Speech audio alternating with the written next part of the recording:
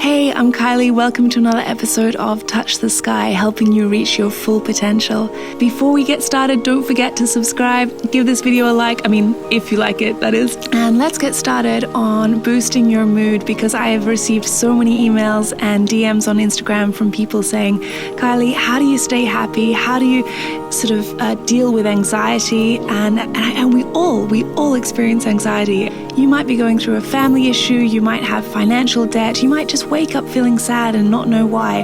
I wouldn't presume to be able to solve your problems, but what I can do is share some coping strategies that have worked for me. Forget the fruit, sow the seeds. A lot of people tell you to think positive, look on the bright side.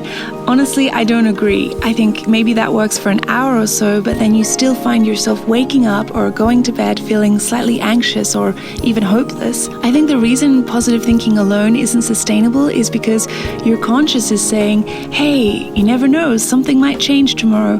But your subconscious is more of a realist, and it's saying, really? How will it change? What is going to change? And it's right. Don't just wait for life to throw you a lucky break. This is a recipe for disappointment. A lot of the time, our anxiety comes from feeling like we have no control. I've said this before, but I tend to think about it like planting seeds.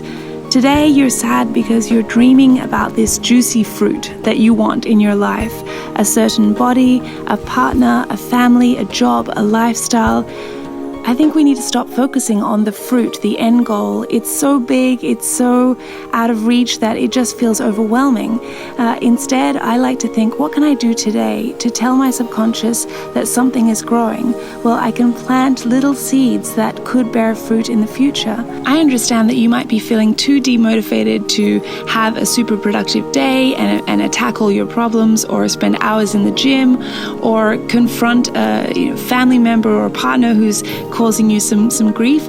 But what you can do is just send off one little message, like send off your CV to one job, send an email to a friend or a mentor asking for advice on how to launch your business idea, or move to that country, or get an internship at a certain company. You might be too depleted to go on a date, but you can sign yourself up for a dating app. So there's the potential for dates in the future. Everyone knows the endorphin high exercise can give you, and you see me banging on about it all the time on my Insta stories. But look, some days you just can't even face getting out of bed, let alone putting on your running gear and going for a run. So I would just settle for messaging a friend and asking if they want to start working out together one night a week. Instead of just hoping that my situation will magically change, I'm waking up feeling calm because I know that logically I've put something out into the world, and so it is reasonable to expect a response. I know for me, sometimes a dark mood or feeling demotivated can last longer than a day. It can last a whole week. So I guess what you're trying to do is sow some seeds and set yourself up so that you can get that little trickle of positivity, of hope come through in the form of an email or a message or a call. Do a role model detox. Now, I think if you're on Instagram, there are some incredible, talented people, artists, empowered individuals making an impact on the world, people who remind me to live a healthy life.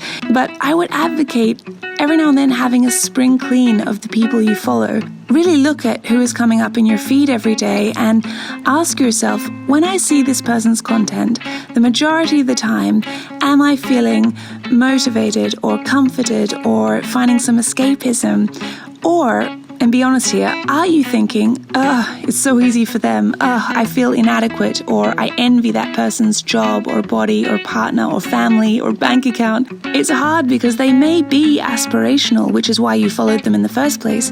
But I think we have to stop and reassess and think, look, if you're feeling more envy than inspiration, you gotta stop following that person. Of course, the dream is to be really evolved and not compare yourself to others, realize that they have their own problems that you probably don't see. But you know what? Sometimes we're not that evolved. Sometimes we're just human and we do get jealous.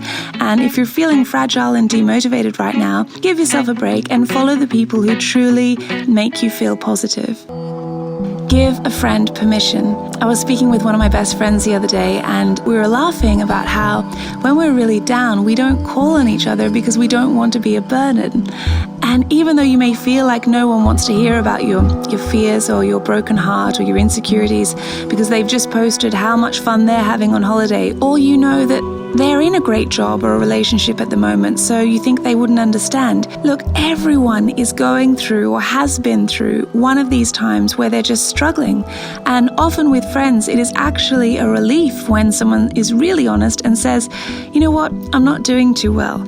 We live in this society where people ask, how are you? And you're expected to just say fine. But you'd be surprised how supportive people can be, how relieved they can be when you tell the truth and therefore give them permission to share their own fears. Most people consider it a real compliment when you trust them with that kind of vulnerability. They think, wow, she's feeling down and she chose me to comfort her. Or at least that's how I see it anyway.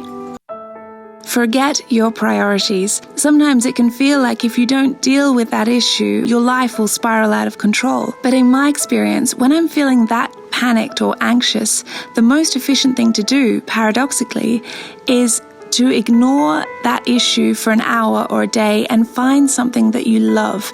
It might be watching a film or your favorite Netflix series. It might be baking a cake. It might be going out with a friend who just makes you laugh and they've got no advice for you, but they make you sort of loosen up and chill out for a second. Sometimes when we're so stressed, we can become paralyzed by this overwhelming problem and you actually waste an entire day fretting and achieving nothing. The smarter option can often be to just focus on getting yourself into a more stable and rational state of mind. They say that play activates the part of our brain where original ideas, lateral thinking, creativity is possible. If you're feeling so tense and overwhelmed, it's unlikely you're going to be performing at your best in terms of problem solving. Step away, get escapism, get perspective, and then come back to the problem when your mood has shifted just slightly and you're going to be better at making decisions. Mama knows best. Whenever I'm struggling with motivation, my mother sends me messages on WhatsApp asking, have you tidied your room? Have you tidied your house? And it frustrates me so much. Oh, what good will that do? I have bigger problems than a few clothes on the floor. But actually, she's right. A study at Princeton found that clutter can actually make it more difficult to focus on a particular task. The visual cortex can be overwhelmed by task-irrelevant objects, making it harder to allocate attention and complete tasks efficiently. Another survey found that people who make their beds every morning are 19% more likely to report regularly getting a good night's sleep. I found another article that talks about how the stress chemicals from disorganization eat up the good chemicals needed for mood stabilization. And another study from the Psychological Science Journal found that people who worked in a neat, tidy space for 10 minutes were twice as likely to choose an apple over a chocolate bar than those working in a messy, chaotic office. I know it sounds overly simple, but just get up, have a shower, put on fresh clothes, tidy your bedroom at least, make up your bed with fresh, clean sheets, open your window, air out your room. This is where you wake up and end each day, which is generally when anxiety really hits us. So you need your bedroom to be a sanctuary. Don't underestimate how it is affecting your mindset. I hope you found something useful. Don't forget to subscribe, give this video a thumbs up. I love reading your comments, so please leave me something below, and thank you for watching, and I can't wait to see you again next week.